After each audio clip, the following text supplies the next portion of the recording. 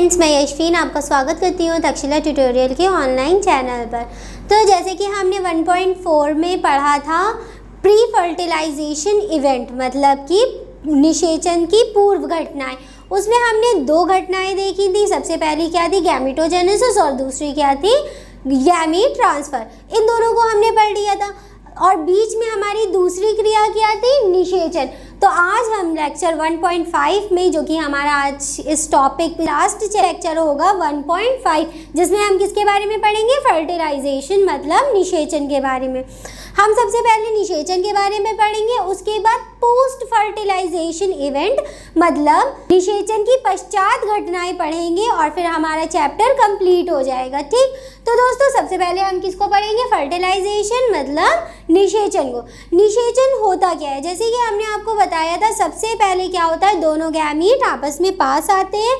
दोनों गैमीट आपस में पास आने के बाद उनके बीच में क्या होता है, संलयन होता है, यानी कि वो दोनों एक दूसरे को फ्यूज कर देते हैं। फ्यूज करने के बाद क्या बन जाता है, जाइगोट। ये बात हम आपको पहले भी बता चुके हैं। सबसे पहले मेल गैमीट होता है, फीमेल गैमीट होता है, ये दोनों का आपस में संलयन होता है, क्या बनता है, जाइगोट बनता है। फिर सबसे पहले हम इसमें देखेंगे, जब दो युग्मकों मतलब नर युग्मक जो कि हमारा क्या था, स्पर्म था, तथा मादा युग्मक जो कि हमारा क्या था, एग था, यानी कि अंड था, का संलयन होता है, तो यह क्रिया क्या कहलाती है, निषेचन। अब देखिए यहाँ पे हमने इंग्लिश में लिखा है, थोड़ा सा इसकी इंग्लिश में भी डेफिनेशन देख लिए। बहुत इजी है, आपको जो सी इजी लगे वो सी याद कर लीजिए। ठीक, when male gamete are fused with female gamete and make zygote, that process is called fertilization।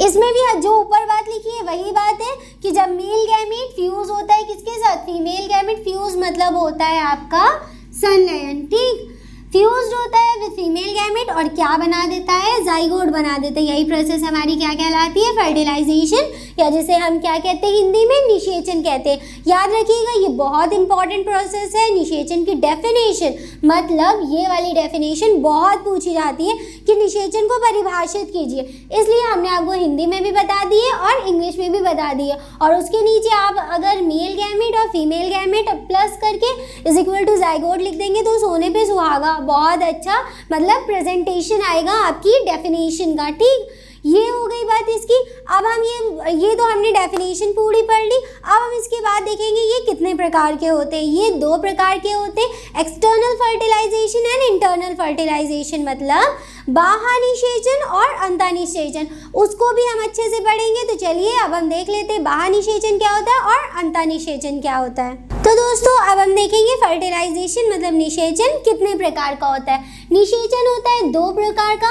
एक हो गया हमारा एक्सटर्नल फर्टिलाइजेशन मतलब बाह्य निषेचन, और एक हो गया हमारा इंटरनल फर्टिलाइजेशन जिसे हम अंतःनिषेचन कहते हैं। इसके नाम ही से समझ सकते हैं आप। एक्सटर्नल बाह्य मतलब क्या, बाहर, तो ये कहाँ होगा, शरीर के बाहर होगा। और इंटरनल मतलब होता है अंतर या अंता, तो ये कहाँ होगा, शरीर के अंदर निषेचन होगा। तो शरीर के बाहर निषेचन में हम क्या देखते हैं, या जीव के शरीर के बाहर संपन्न होने वाली क्रिया है। ठीक, शरीर के बाहर संपन्न होगी, शरीर के अंदर नहीं संपन्न होगी, जो कि जल के माध्यम से संपन्न होती है। आप देखिए, ये वाली जो क्रिया होगी जल में होगी और ये वाली जो क्रिया होगी वो मानव के, मनुष्य के, या जो भी जीव है उसके कहाँ होगी, शरीर में होगी। तो सबसे पहले इसको देखते हैं, या जीव के शरीर में होती है जो कि जल के माध्यम से संपन्न होती है, ये बात ठीक है। फिर दूसरा इसका पॉइंट देखेंगे, इस क्रिया में जो नर युग्मक होता है तथा मादा युग्मक जल में मिलते हैं तथा जल में ही संलयित करके जाइगोट बनाते हैं। अब मान लीजिए एक मेल ने क्या किया, स्पर्म्स रिलीज कर दिए, फीमेल ने क्या किया, एग रिलीज कर दिया। ये दोनों आपस में आके कहाँ मिले, जल में मिले, जिसके माध्यम से संलयन कहाँ हुआ, जल में हुआ। ठीक, ये बात याद रखिएगा। ये देखिए, नर युग्मक तथा मादा युग्मक जल में मिलते हैं तथा जल में ही संलयित हो जाते हैं। जैसे एग्जाम्पल है इसका मेंढक। अब देखिए, नर मेंढक ने क्या किया, स्पर्म रिलीज कर दिए, कहाँ, जल में। तो क्या हुआ कि जो मेल के स्पर्म्स थे और फीमेल के एग थे, उन दोनों ने आपस में एक दूसरे को संलयित कर दिया और क्या बना दिया, जाइगोट बना दिया, और उसी से धीरे धीरे जाइगोट डेवलप होके क्या बना देगा, एक नया जीव बना देगा, मेंढक होगा। ठीक हो, मेंढक या बोनीफिशेस की एग्जाम्पल है। अब हम इंटरनल फर्टिलाइजेशन या इसको अंतःनिषेचन भी कहते हैं। अंता मतलब हुआ अंदर, मतलब कहाँ अंदर, शरीर के अंदर, या जीव के शरीर में, मतलब मोस्टली सारे में, किसमें, मादा जीव में के अंदर संपन्न होने वाली क्रिया है। इस क्रिया में जो नर युग्मक होता है, मादा युग्मक को मादा के शरीर में ही संलयित कर देता है। मतलब हमने आपको इससे पहले बताया था कि मेल युग्मक क्या होता है, मोटाइल होता है। मोटाइल मतलब चल होता है। तो नर युग्मक कहाँ, किसके पास जाएगा, मादा युग्मक के पास जाएगा, उस दोनों को फ्यूज कर देगा और क्या बना देगा, जाइगोट बना देगा। मादा के शरीर में ही संलयित करता है तथा शरीर के अंदर ही युग्मनज मतलब जाइगोट बनता है। उदाहरण, अंतःनिषेचन का उदाहरण पक्षी, मतलब जितने भी पक्षी वर्ग हैं, जितने भी पक्षी हैं, स्तनधारी मतलब मेमेलियन मैमल्स, पक्षी मतलब एव्स, ठीक, स्तनधारी मतलब मैमल्स जिसमें मानव भी आता है, और सरीसृप मतलब रेप्टाइल्स आदि क्या है, इसके उदाहरण हैं, जिनमें मेल युग्मक कहाँ, किसके पास जाता है, फीमेल युग्मक के पास, और दोनों को संलयित होकर क्या बना देता है, जाइगोट। तो ये था हमारा एक्सटर्नल फर्टिलाइजेशन, ये था इंटरनल फर्टिलाइजेशन। बाह्य निषेचन मतलब ही होता है जो बाहर हो, शरीर के बाहर हो, और अंतःनिषेचन मतलब होता है शरीर के अंदर होने वाला। बस आप इसके नाम से ही इसको याद कर सकते हैं। फर्टिलाइजेशन मतलब जो हमारा दूसरा इवेंट था वो भी यहाँ पे खत्म होता है। अब हम अपने तीसरे इवेंट की तरफ बढ़ते हैं। सबसे पहले हमने आपको क्या पढ़ाया, प्री फर्टिलाइजेशन इवेंट, मतलब कि पूर्व निषेचन की सारी अवस्थाएं वो हो गई। फिर उसके बाद हमने फर्टिलाइजेशन कर दिया, मतलब निषेचन हो गया। अब हम क्या करेंगे, निषेचन के बाद की क्रियाएं, मतलब पोस्ट फर्टिलाइजेशन इवेंट, मतलब निषेचन के पश्चात की सारी क्रियाएं पढ़ेंगे। ठीक, तो बस उसको पढ़ने के बाद हमारा ये टॉपिक क्लियर हो जाएगा, ये चैप्टर भी हमारा पूरा हो जाएगा।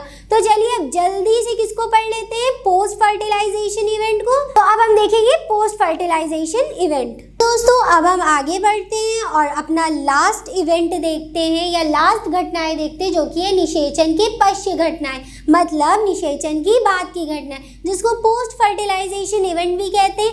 इसमें क्या होता है, लैंगिक जनन में होने वाली घटनाओं के पश्चात ही युग्मनज का निर्माण होता है, या पश्च निषेचन घटना कहलाती है। अब देखिए इस घटना में क्या बनेगा, जाइगोट बनेगा, और बनने के बाद वो क्या होगा, डेवलप होके एक नया जीव बना देगा, और यहीं पे हमारा क्या होगा, लैंगिक जनन खत्म हो जाएगा। फिर या पश्च निषेचन घटनाएं कहलाती हैं। इसमें अब हम सबसे पहले क्या पढ़ेंगे, जाइगोट बनेगा। जाइगोट को पढ़ेंगे, जाइगोट कैसे बनेगा। सभी लैंगिक जनन करने वाले जीवों में द्विगुणित, अभी याद करिए इससे पहले हमने आपको क्या बताया था, एन कुछ करके कुछ बताया था, जो कि क्या था, हैप्लॉइड था। ठीक, वो क्या था, हैप्लॉइड। हैप्लॉइड मतलब होता है सिंगल, डिप्लॉइड मतलब होता है द्विगुणित। ठीक, द्विगुणित मतलब होता है 2n। 2n से मतलब है, द्वि मतलब क्या होता है बच्चों, द्वि मतलब होता है दो, गुणित मतलब दो गुना, उसके दो गुना, मतलब हमारे पास यहाँ कितने हैं, दो हैं। मान लिए पहले दो हैं, दो और मिल जाएंगे तो चार हो जाएंगे, इस टाइप से। यहाँ पे ये जाइगोट सिंगल नहीं है, इसके पास क्या है, द्विगुणित कोशिकाएं हैं। द्विगुणित मतलब दो कोशिकाएं, एक कोशिका नर की होगी, एक कोशिका किसकी होगी, मादा की होगी। ये दोनों मिलके क्या बनाए, इन दोनों ने मिलके क्या बनाया, जाइगोट बनाया। जाइगोट कैसा है, 2n है, मतलब द्विगुणित है। अब आपको समझ में आया हैप्लॉइड और डिप्लॉइड क्या होता है। ठीक, युग्मनज का निर्माण करते हैं। यहाँ पे याद रखिए युग्मनज कैसा है, द्विगुणित, मतलब दो है, इसके पास नर वाला भी है और मादा वाला भी है, का निर्माण होता है। बाह्य निषेचन करने वाले सभी जीवों में युग्मनज निर्माण बाह्य माध्यम जल में होता है। ये बात हमने आपको अभी थोड़ी देर पहले बताई थी। जबकि वह जीव जिनमें आंतरिक निषेचन होता है, उनके शरीर के भीतर ही क्या होता है, युग्मनज की संरचना हो जाती है। युग्मनज अगर बाह्य माध्यम में बनेगा तो वो जल में बनेगा, और अंदर बनेगा तो शरीर के अंदर बनेगा। ठीक, इतना क्लियर है। तो यहाँ पे हमारा जाइगोट खत्म होता है। अब हमारा लास्ट टॉपिक बचता है जिसको भ्रूणोद्भव यानी कि एम्ब्रियोजेनेसिस भी बोलते हैं। अब देखिए हमने क्या किया, सबसे पहले क्या किया, इन दोनों को मिलाया, दोनों युग्मकों को मिलाया, फिर फर्टिलाइज किया, उनका फर्टिलाइजेशन हुआ, फिर पोस्ट में क्या हो गया, इन दोनों से जाइगोट पूरी तरीके से बन गया। अब यही जाइगोट डेवलप करेगा हमारे आखिरी टॉपिक में जो कि है एम्ब्रियोजेनेसिस। तो चलिए देखते हैं एम्ब्रियोजेनेसिस को भी और अपना चैप्टर खत्म करते हैं। तो दोस्तों अब हम अपने आखिरी टॉपिक की तरफ बढ़ते हैं जो कि है भ्रूणोद्भव, जिसको हम क्या कहते हैं, एम्ब्रियोजेनेसिस। अब देखिए हमारा युग्मनज बन गया, अब युग्मनज भी तो डेवलप होगा, वो डेवलप कहाँ होगा, एम्ब्रियो में होगा। एम्ब्रियो को हिंदी में कहते हैं भ्रूण। युग्मनज से भ्रूण के विकास, युग्मनज से भ्रूण मतलब एम्ब्रियो के विकास की क्रिया को क्या कहते हैं, भ्रूणोद्भव। मतलब इसको क्या कहते हैं, एम्ब्रियोजेनेसिस कहते हैं। भ्रूणोद्भव के दौरान युग्मनज में कोशिका विभाजन होता है। मतलब कोशिका विभाजन का मतलब ये हमारा क्या था, जाइगोट। जाइगोट में क्या होगा, कोशिका का विभाजन होगा। सेल डिवीजन जिसको कहते हैं, ये हमारी सेल है, इसमें डिवीजन होके इसकी संख्या बढ़ेंगी। मतलब ये 2 हो जाएगी, 2 से 4 हो जाएंगी, 4 से 8 हो जाएंगी। ठीक, कोशिका विभाजन मतलब समसूत्रण, माइटोसिस। माइटोसिस आप सब 11th में अच्छे से पढ़ ही चुके होंगे, नहीं भी पढ़ा तो कोई बात नहीं। माइटोसिस में या समसूत्रण में क्या होता है, कोशिकाओं की संख्या बढ़ती है। मान लीजिए इसने अपने जैसी 2 कॉपी और बना ली, इन 2 कॉपी ने और 4 बना ली, 4 ने 8 बना ली, 8 ने 16 बना ली। ये होता है कोशिका विभाजन। मतलब सेल जो होती है, कोशिका जो होती है, वो अपनी ही तरह क्या बना लेती है, अपनी ही संरचना बना लेती है। इसी को क्या कहते हैं, समसूत्रण कहते हैं। से कोशिका की संख्या में वृद्धि हो जाती है, जैसे कि हमने आपको बताया, ये 2 और बना लेंगी, ये 2 और बना लेंगी। इसी टाइप से कोशिकाओं की संख्या में क्या हो गई, वृद्धि हो गई, संख्याओं में वृद्धि होती है। वही कोशिका विभेदन में क्या होता है, इसके बाद एक और क्रिया आती है जिसको कोशिका विभेदन कहते हैं। में कोशिकाओं के समूह एक निश्चित रूपांतरण से गुजरकर ऊतकों और अंगों, मतलब ऊतक क्या होते हैं, जो बहुत सारी सेल्स मिलकर क्या बना देती है, ऊतक, और बहुत सारे ऊतक मिलकर क्या बना देते हैं, अंग, मतलब ऑर्गेन्स बना देते हैं, ऑर्गेन की रचना करते हैं, जिसके परिणाम स्वरूप जीवों का निर्माण होता है। अब क्या हुआ, सबसे पहले जाइगोट था, छोटा सा, बिल्कुल समझ लिए दिखाई ही नहीं दे रहा था। उसने क्या किया, अपने आप को सेल डिवीजन के थ्रू अपनी कोशिकाओं की संख्या बढ़ाई, बहुत बढ़ा दी। उसके बाद कोशिका विभेदीकरण के थ्रू क्या किया, जिन कोशिकाओं का ऊतक, इन्हीं कोशिकाओं का ऊतक बना। ऊतक बनने के बाद क्या हुआ, सेल बन गई। अब हम आप सबको एक बात और बता दें, सबसे पहले क्या होती है, सेल। बहुत सारी सेल मिलके बनाती है टिश्यू। ठीक, टिश्यू मतलब होता है ऊतक। ठीक, बहुत सारे ऊतक मिलके बनाते हैं ऑर्गेन।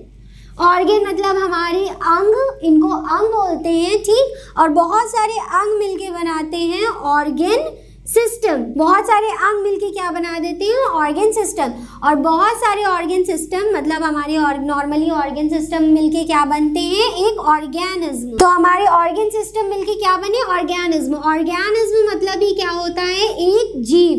तो देखिए यहीं पे हमने आपको क्या बताया, सेल के डिवीजन से क्या बने, बहुत सारे टिश्यू, और फिर कोशिका विभेदीकरण से क्या बने, बहुत सारे टिश्यू बने, अंग बने, और उसके बाद इन सब का जब मिलन हो गया, सब आपस में मिल गए, मतलब ऐसे भी कह सकते हैं हमारे हाथ पैर आपस में जुड़ गए, उसके बाद क्या बन गया, एक नया जीव बन गया। ठीक, धीरे धीरे करके हमारे सारे अंग बने, वो अंग आपस में जुड़ गए, किसके थ्रू, कोशिका विभेदन के थ्रू।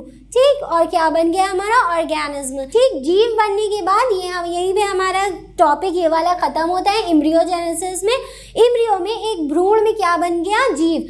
भ्रूण याद रखिएगा, भ्रूण क्या होता है, जहाँ पर एक बेबी डेवलप होता है। ठीक, उसी को क्या कहते हैं, भ्रूण। और उसके अंदर ये दोनों क्रियाएं होती हैं, सबसे पहली और दूसरी, इन दोनों की वजह से क्या बन जाता है, ऑर्गेनिज्म, जीव।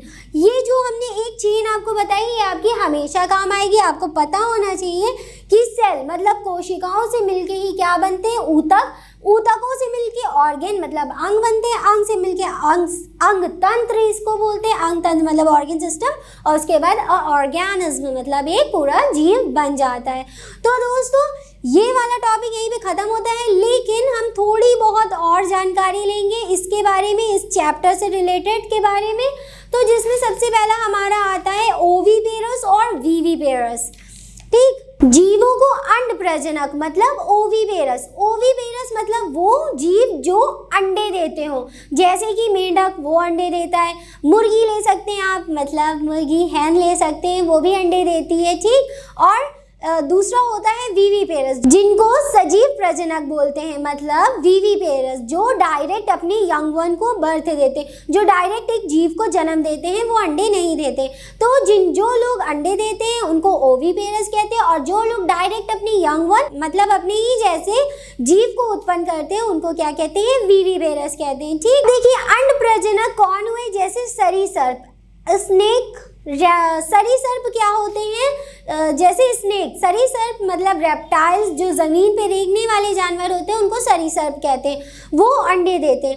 अंडे फर्टिलाइज्ड होते हैं, फर्टिलाइज मतलब निषेचित होते हैं, निषेचित होने के बाद एक नए जीव को जन्म दे देते हैं। ठीक, जबकि जो हमारे सजीव प्रजनक है मतलब वीविपेरस है, उनका जो युग्मनज डेवलप होता है वो कहाँ होता है, शरीर के अंदर होता है। शरीर के अंदर होने के बाद वो धीरे धीरे डेवलप होता है और एक अवधि के बाद वो अपने शरीर से उसको प्रसव के थ्रू बाहर निकाल देता है। इसमें ह्यूमन मतलब मानव भी शामिल है। तो ये हमारे ओविपेरस और वीविपेरस थे। ठीक, ओविपेरस मतलब अंडे देने वाले, वीविपेरस मतलब डायरेक्ट अपने यंग वन अपने नए जीव को उत्पन्न करने वाले। अब फ्लावर्स भी क्या करते हैं, लैंगिक जनन करते हैं। जस्ट इस चैप्टर के बाद हम आपको सब कुछ उस चैप्टर में पढ़ाएंगे फ्लावर्स के बारे में। फ्लावर्स क्या होते हैं, फ्लावर्स भी क्या करते हैं, लैंगिक जनन करते हैं।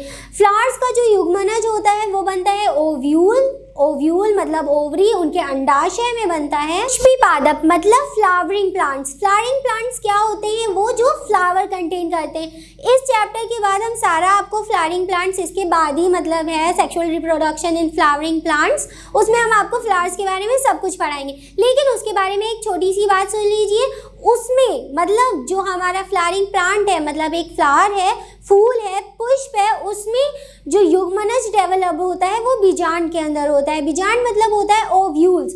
ओव्यूल्स होते हैं ओवरीज में, ये सब हम आपको नेक्स्ट चैप्टर में पढ़ाएंगे। वही ओवरी फूल कर मतलब पूरी युग्मनज होकर फल बनाती है। फल एक फल भित्ति में होता है जिसको पेरिकार्प बोलते हैं। पेरिकार्प को हिंदी में फल भित्ति बोलते हैं, जिससे एक नया फल डेवलप होता है। जो फूल होता है वो किस में कन्वर्ट हो जाता है, फल में हो जाता है। दोस्तों हमारा पहला चैप्टर जीवों में जनन मतलब रिप्रोडक्शन इन ऑर्गेनिज्म यहीं पे ख़त्म होता है। हम ये चैप्टर, इस पूरे चैप्टर से रिलेटेड सारे नोट्स आपको डिस्क्रिप्शन बॉक्स में मिल जाएंगे। फिर भी अगर आपको थोड़ा सा भी डाउट है तो हमें कांटेक्ट करना ना भूलें, हम आपके सारे डाउट्स के आंसर क्लियरली देंगे आपको कॉल करके। ठीक, तो इस लेक्चर से रिलेटेड आपको अगर कोई डाउट्स है तो आप आराम से पूछ सकते हैं। इस सब के नोट्स आप डिस्क्रिप्शन बॉक्स से डाउनलोड कर सकते हैं। तो दोस्तों आज की क्लास में बस इतना ही, मिलते हैं अपनी नेक्स्ट क्लास में एक नए चैप्टर के साथ। नई नई चीज़ें हमें सीखने को मिलेगी, बहुत इंटरेस्टिंग होगा। Sexual reproduction in flowering plant उसको पढ़ेंगे। तो दोस्तों ये क्लास यहीं हमारा लेक्चर ख़त्म होता है। मिलेंगे अपने नेक्स्ट क्लास में, तब तक के लिए थैंक यू।